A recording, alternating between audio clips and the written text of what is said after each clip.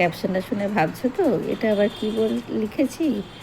এটা আসলে যারা বাইরে থাকো পড়াশোনা বা চাকরির ক্ষেত্রে তাদের জন্য কুইক প্রসেসে বিরিয়ানির রেসিপি। তো তার জন্য নিয়ে নিয়েছিলাম 700 গ্রাম চিকেন, ভালো করে ধুয়ে তাতে দিয়ে দিয়েছিলাম 100 গ্রাম টক দই, 1 চামচ আদা বাটা, 1 চামচ রসুন বাটা, সামান্য হলুদ, স্বাদ মতো লঙ্কার গুঁড়ো, 1 চামচ বিরিয়ানি মশলা আর একটু জিরে। ওটাকে মেখে ভালো করে আধ ঘন্টা থেকে 1 ঘন্টা রেখে দিয়েছিলাম। আর 2 কাপ চাল নিয়েছিলাম, ওজনে 450 গ্রাম হবে, সেটাকেও ধুয়ে রেখে দিয়েছিলাম। আর একটু গরম দুধের মধ্যে কেশরও ভিজিয়ে রেখেছিলাম।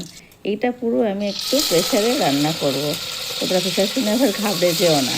প্রেশারের মধ্যে দিয়ে দিয়েছিলাম 3 টেবিল স্পুন সাদা তেল, 2 টেবিল স্পুন ঘি। তার মধ্যে দিয়ে দিয়েছিলাম গরম মশলা, তেজপাতা, শুকনো লঙ্কা ফোড়ন আর 3টে স্লাইস করা পেঁয়াজ কুচানো ছিল, সেটাও দিয়ে দিয়েছিলাম। পেঁয়াজটা লাল লাল হলে ম্যারিনেট করা মাংসটা দিয়ে দিয়েছিলাম। ম্যারিনেট করা মাংসটা দিয়ে একটু কষা কষা হলে তারপরে নুনটা দেবে। আগে নুনটা দিও না, কিন্তু প্রচুর জল বেরিয়ে যাবে। তারপরে আলু, একটু টমেটো দিয়ে আবার কষলাম।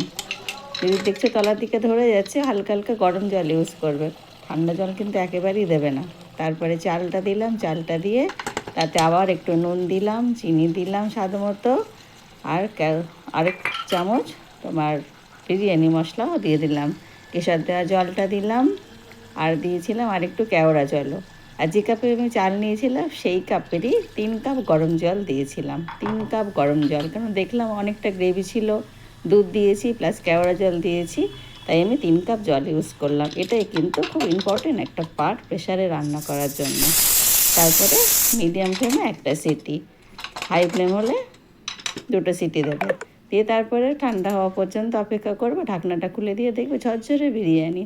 তোমরা ট্রাই করো, সত্যি বলছি দারুণ খেতে লাগবে। ধনেপাতা, পুদিনা পাতা একটু সরিয়ে দিয়েছি।